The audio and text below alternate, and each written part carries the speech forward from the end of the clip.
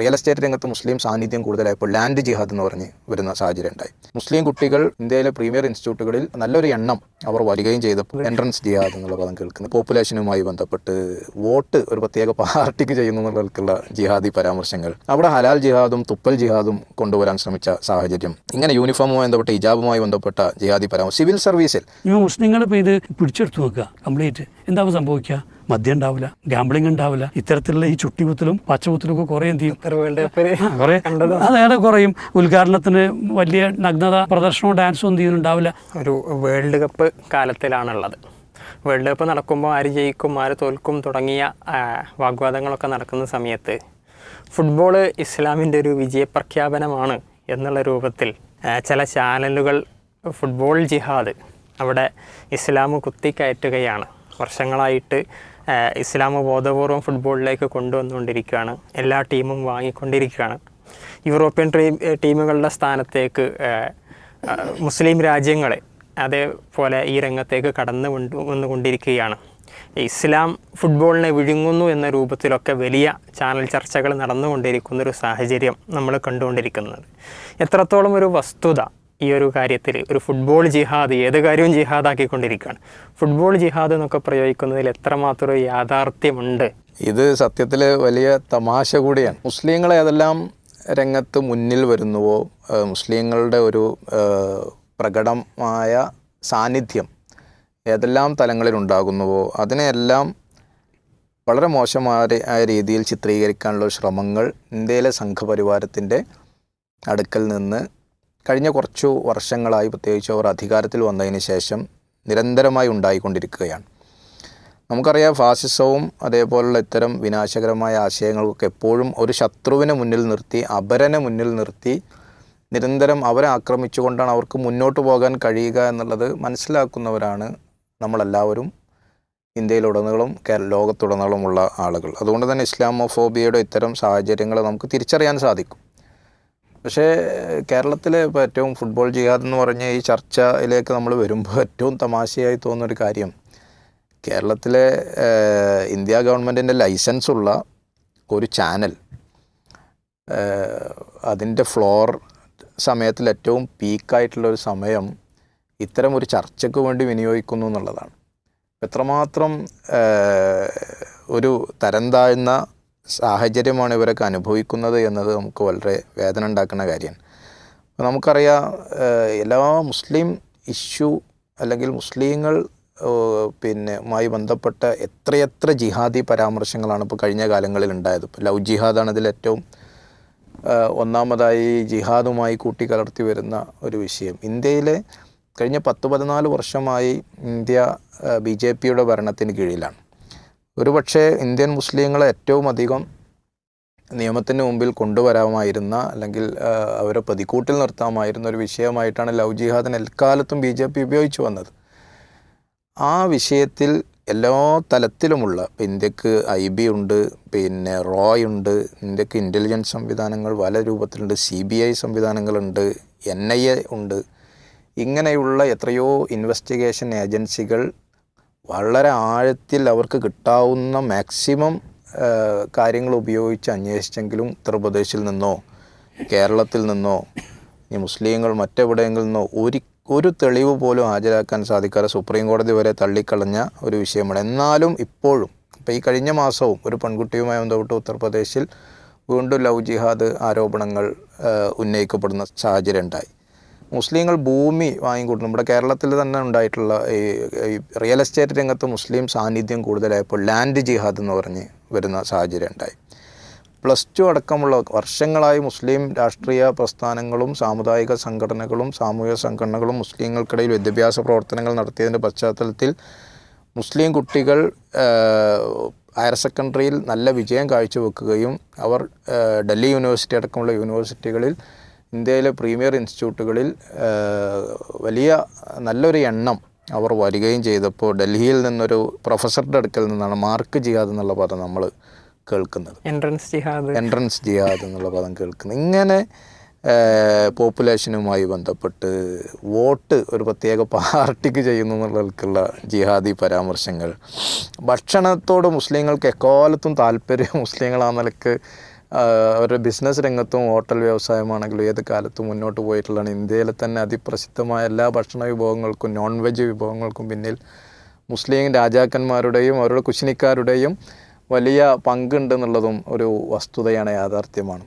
അവിടെ ഹലാൽ ജിഹാദും തുപ്പൽ ജിഹാദും കൊണ്ടുവരാൻ ശ്രമിച്ച സാഹചര്യം, ഇങ്ങനെ യൂണിഫോമുമായി ബന്ധപ്പെട്ട ഹിജാബുമായി ബന്ധപ്പെട്ട ജിഹാദി സിവിൽ സർവീസിൻ്റെ ചരിത്രമെടുത്താൽ എനിക്ക് തോന്നുന്നത് 5% സിവിൽ സർവീസിൽ മുസ്ലിം പ്രാതിനിധ്യം ഒരു കാലത്തും ഉണ്ടായിട്ടില്ല എന്നുള്ള. 5% താഴെ. അതൊരു എന്തോ ഒരു ബാരിയർ വെച്ചതുപോലെ 1000 ആളുകളെ തിരഞ്ഞെടുക്കുമ്പോൾ 50 ആളുകളിൽ മുസ്ലിങ്ങളവിടെ തടഞ്ഞു നിൽക്കും. 30, 40, 50, 52 മാക്സിമം പോയിട്ടുള്ളത്.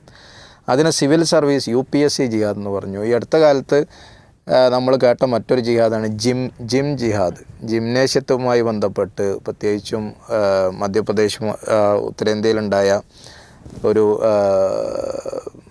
സാധുവായ ഒരു മനുഷ്യൻ്റെ കട ആക്രമിച്ചപ്പോൾ അവിടെ പിന്നെ ഒരു ജിംനേഷ്യം നടത്തുന്ന ഒരു ചെറുപ്പക്കാരൻ ഇടപെട്ട് അദ്ദേഹം മുസ്ലിം പേര് പറഞ്ഞതിൻ്റെ പശ്ചാത്തലത്തിലും പിന്നെ ജിംനേഷ്യവുമായി ബന്ധപ്പെട്ട് 1-2 മുസ്ലിം പരാമർശങ്ങൾ ഉണ്ടാകുന്ന പശ്ചാത്തലത്തിലും ജിംനേഷ്യം ചെയ്ത് പാലക്കാടും അവസാനം അത് മറ്റൊരു രൂപത്തിൽ അവതരിക്കേണ്ട ഒരു ബിസിനസ്സിനെ ഒരു ചെറുപ്പക്കാരൻ എല്ലാവരും അവനവൻ്റെ ബിസിനസ്സിനെ കൂടുതൽ കസ്റ്റമേഴ്സിലേക്ക് എത്തിക്കാൻ എന്ത് കസ്റ്റമൈസ്ഡ് സംവിധാനമാണ് എൻ്റെ ബിസിനസ്സിൽ കൊണ്ടുവരേണ്ടത് എന്ന് ആലോചിച്ച ഒരു പാവം ചെറുപ്പക്കാരൻ, ഒരു ബ്രാൻഡിങ്.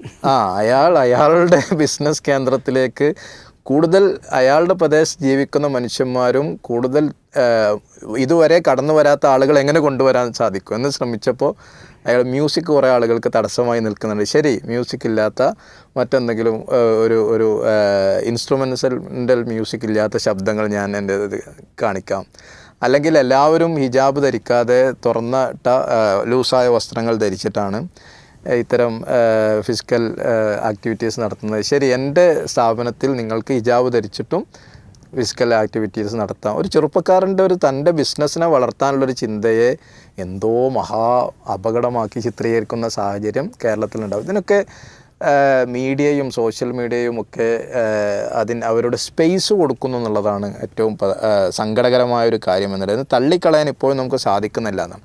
അവിടെയാണ് ഇപ്പോൾ ഈ ഫുട്ബോളുമായി ബന്ധപ്പെട്ട ജിഹാദി പരാമർശങ്ങൾ നമ്മളുടെ നാട്ടിൽ ഒരു ചർച്ച വന്നു, ആളുകൾ അതിനുമായി പ്രതികരണങ്ങൾ നടത്തുന്നു. ഇപ്പോൾ നേരത്തെ ഉള്ളൊരു ചർച്ചയിൽ നമ്മൾ പറയുകയുണ്ടായി, ഏറ്റവും കൂടുതൽ ഈ കുടിയേറ്റ പശ്ചാത്തലമുള്ള ആളുകൾ ഫുട്ബോൾ രംഗത്തേക്ക് ഇപ്പോൾ യൂറോപ്യൻ ടീമുകളിൽ കുടിയേറ്റ പശ്ചാത്തലമുള്ള ധാരാളം ആളുകൾ വെളുത്ത വർഗ്ഗക്കാർക്കിടയിൽ നമ്മൾ കറുത്ത കളിക്കാരെ കാണുമ്പോൾ തന്നെ ഇപ്പോൾ ഏറ്റവും അവസാനം ഫ്രാൻസിൻ്റെ എംബാപ്പയോടൊപ്പം കളിക്കുന്ന ബാലൻഡിയോർ അവാർഡൊക്കെ നേടിയിട്ടുള്ള ഉസ്മാൻ ഡെംബലെ എന്ന കളിക്കാരൻ, അദ്ദേഹം ഇതുപോലെ ഒരു മാലി സ്വദേശിനിയായ അമ്മയുടെയും അതേപോലെ തന്നെ ഒരു എറിത്രിയനാണ് തോന്നുന്നു അച്ഛൻ്റെ ഗോത്രം, ആ സ്വദേശത്ത് നിന്ന് വന്നിട്ടുള്ള ഒരു മുസ്ലിം പശ്ചാത്തലമുള്ള കളിക്കാരനാണ്. പക്ഷേ അദ്ദേഹം ജനിച്ചതൊക്കെ ഫ്രാൻസിലാണ്. പക്ഷെ ഫ്രാൻസ് പോലെയുള്ള ലോകോത്തരമായ ഒരു ടീമിൽ ഒരു കളിക്കാരന് സ്പേസ് കിട്ടുക എന്നുള്ളത്, ഞാൻ മുമ്പ് പറഞ്ഞിരുന്നു, ഇപ്പോൾ സിനദിൻ സിദാൻ എന്ന് പറയുന്ന ഫ്രാൻസിൻ്റെ എക്കാലത്തെയും മികച്ച പന്ത് കളിക്കാരൻ്റെ ഫുട്ബോളറുടെ 3 മക്കളുണ്ട് അദ്ദേഹത്തിന്. 3 മക്കളും ഫുട്ബോളർമാരാണ്. പക്ഷെ ആ 3 മക്കൾ ഒരാൾക്ക് പോലും ഫ്രാൻസിൻ്റെ ദേശീയ ടീമിലേക്ക് ഒരു സ്പേസ് കിട്ടിയില്ല, ഒരു അവസരം കിട്ടിയിട്ടില്ല. കാരണം വെച്ചാൽ അവരുടെ കളിയേക്കാൾ എത്രയോ മുകളിലാണ് മറ്റുള്ളവർ കളിച്ചുകൊണ്ടിരിക്കുന്നത്. അൾജീരിയയുടെ ഗോൾ കീപ്പർ. അതെ, അപ്പോൾ അവസാനം അദ്ദേഹത്തിൻ്റെ വല്യച്ഛൻ അൾജീരിയയുടെ പിതാമഹൻ്റെ അൾജീരിയൻ സ്വദേശമായ അൾജീരിയയിലേക്ക് തിരിച്ചുപോയി അവിടെ നാഷണാലിറ്റി എടുത്ത് അതിൻ്റെ ഗോൾ കീപ്പറായിട്ടാണ് ലോകകപ്പ് കളിച്ചുകൊണ്ടിരിക്കുന്നത്. ഫ്രാൻസിൽ ചാൻസ് കിട്ടാത്തതുകൊണ്ടാണ്. ഇത്തരം സാഹചര്യങ്ങളൊക്കെ തിരിച്ചറിയാതെ ഇപ്പോൾ സ്പെയിനിൽ സ്പെയിൻ ഒക്കെ എക്കാലഘട്ടത്തിലും കാളപ്പോരിൻ്റെ നാട് എന്നാണ് സ്പെയിൻ പൊതുവെ അറിയപ്പെടുന്നതിന്. അതുപോലെ തന്നെ വംശവെറിയുടെയും വർണ്ണവെറിയുടെയും മൊറോക്കക്കാരായ ആളുകൾ, ഇസ്ലാമിനോട് ഏറ്റവും വെറിയുള്ള ആളുകൾ, അത് അന്തലുസിയൻ കാലഘട്ടത്തിന് ശേഷം സ്പാനിഷ് ഒരു ക്രൈസ്തവ അധിനിവേശം അവിടെ വന്നതിന് ശേഷം വലിയ അളവിൽ മുസ്ലിം വിരോധമുള്ള ആ നാട്ടിലാണ് ലാമിൻ യമാൽ എന്ന് പറയുന്ന ഒരു ചെറുപ്പക്കാരൻ തൻ്റെ കളിമികവ് കൊണ്ട് മാത്രം ടീമിലെത്തുകയും എത്തിയെന്ന് മാത്രമല്ല തൻ്റെ മുസ്ലിം ഐഡൻറ്റിറ്റി നിരന്തരം അറിയിക്കുകയും ഇപ്പോൾ ഫലസ്തീനോടൊക്കെയുള്ള ഐക്യദാർഢ്യം നിരന്തരം പറയുകയും സ്പാനിഷ് ടീമിന് തന്നെ അയാളോട് ഐക്യദാർഢ്യം പ്രകടിപ്പിക്കേണ്ടി വരുന്ന സാഹചര്യം ഉണ്ടാവുകയൊക്കെ ചെയ്തത്. ജർമ്മനി നോക്കുകയാണെങ്കിൽ ജർമ്മനിയിൽ പിന്നെ ഇപ്പോൾ കളിച്ചുകൊണ്ടിരിക്കുന്ന ഒരു ജമാൽ മൂസിയാള എന്ന് പറയുന്ന അദ്ദേഹത്തിൻ്റെ പശ്ചാത്തലവും ഒരു മുസ്ലിം പശ്ചാത്തലവും, അദ്ദേഹം ഒരു പ്രാക്ടീസിങ് മുസ്ലിമാണ് എന്ന് പലപ്പോഴും അഭിമുഖങ്ങളിൽ പറഞ്ഞിട്ടുണ്ട് എന്ന് നമുക്ക് മീഡിയകൾ നോക്കിയാൽ കാണാൻ സാധിക്കും. അപ്പം ഇതൊക്കെ കാണുമ്പോൾ ചില ആളുകൾക്ക് ഇപ്പം തമാശയിൽ ഏതൊരു ചർച്ചയിൽ ഞാൻ കേട്ടതുപോലെ ഇപ്പോൾ ഈ ഇംഗ്ലീഷ് പ്രീമിയർ ലീഗ് എന്ന് കേട്ടപ്പോൾ അത് മുസ്ലിം ലീഗുമായി ബന്ധപ്പെട്ട എന്തോ സാധനമാണെന്നുള്ളത് ഒരാൾ തമാശയിൽ പറയുന്നത് പോലെ ഈ ലീഗ് എന്നൊക്കെ കേൾക്കുമ്പോഴേക്കും ഇതൊക്കെ ഇസ്ലാമിന് എന്തോ കാര്യമാണ്, അല്ലെങ്കിൽ മുസ്ലിം ഏതെങ്കിലുമൊക്കെ മുസ്ലിം പേരുള്ള ആളുകൾ വല്ല ഇത്തരം ക്ലബ്ബുകളിലോ കാര്യങ്ങളിലോ, ഇപ്പോൾ ലോകത്തെ നമ്പർ 1 ക്ലബ്ബുകളിലൊക്കെ മുസ്ലിം പേരുള്ള ആളുകൾ ഇൻവെസ്റ്റ് ചെയ്തിട്ടുണ്ട്. PSG പോലുള്ള ക്ലബ്ബുകളൊക്കെ ഖത്തർ വംശജരുടെ അധീനതയിലേക്ക് കഴിഞ്ഞ ലോകകപ്പിന് ശേഷമൊക്കെ വന്നിട്ടുണ്ട്. ഇത്തരം കാര്യങ്ങളൊക്കെയാണ് ഇവർ തെളിവായി ഉദ്ധരിക്കുന്നത്. ഒരു കാര്യം കൂടി ഞാൻ സൂചിപ്പിക്കുന്നത് എന്താണെന്ന് വെച്ചാൽ, ഇതൊക്കെ ഈ വിമർശനം ഉന്നയിക്കുന്ന ആളുകൾ കൂടി മനസ്സിലാക്കേണ്ട കാര്യം, നിങ്ങൾ ഈ വിമർശനം ഉന്നയിക്കുമ്പോൾ ആളുകൾ എന്താണ് ലോകത്ത് സംഭവിക്കുന്നത്, ആളുകൾ ഈ മതത്തെക്കുറിച്ച് അറിയാൻ ശ്രമിക്കുകയാണ്, ആളുകൾ ഇതിനെക്കുറിച്ച് പഠിക്കാൻ ശ്രമിക്കുകയാണ്. എന്താണ് ഈ ഓരോ അത് കേരളത്തിൽ പോലും സംഭവിക്കുന്നു. എന്താണ് ഫുട്ബോൾ? അപ്പോൾ ജിഹാദിനെ കുറിച്ച് കുറച്ചുകൂടി ആളുകൾ പഠിക്കും, കുറച്ചുകൂടി എന്തുകൊണ്ടാണ് മുസ്ലിം പേരുള്ള ആളുകൾ ഇത്തരം സ്ഥലങ്ങളിലൊക്കെ വന്നിട്ടുള്ളത്, എന്താണ് ഇസ്ലാം, എന്താണ് മുസ്ലിം നാമം. ഒരൊറ്റ ഉദാഹരണം ഞാൻ പറയാം. അബുദാബിയിലെ ഷെയ്ഖ് സായിദ് മസ്ജിദ് ഉണ്ട്. ഷെയ്ഖ് സായിദ് മസ്ജിദിലേക്ക് ഏതൊരാളും കടക്കുമ്പോൾ അവിടെ ഒരു സ്ത്രീ അവിടേക്ക് വരുമ്പോൾ ഒരു ഗൗണ് ധരിച്ചിട്ട് കിടക്കണം എന്നുള്ളതാണ് അവിടുത്തെ നിയമം, എല്ലാവർക്കും അറിയാം. ആ ഗൗണ് ഇപ്പോൾ യൂറോപ്യൻസായ ധാരാളം ആളുകൾ മിനിസ്കർട്ട് ധരിച്ച് അവിടെ വരുന്നു.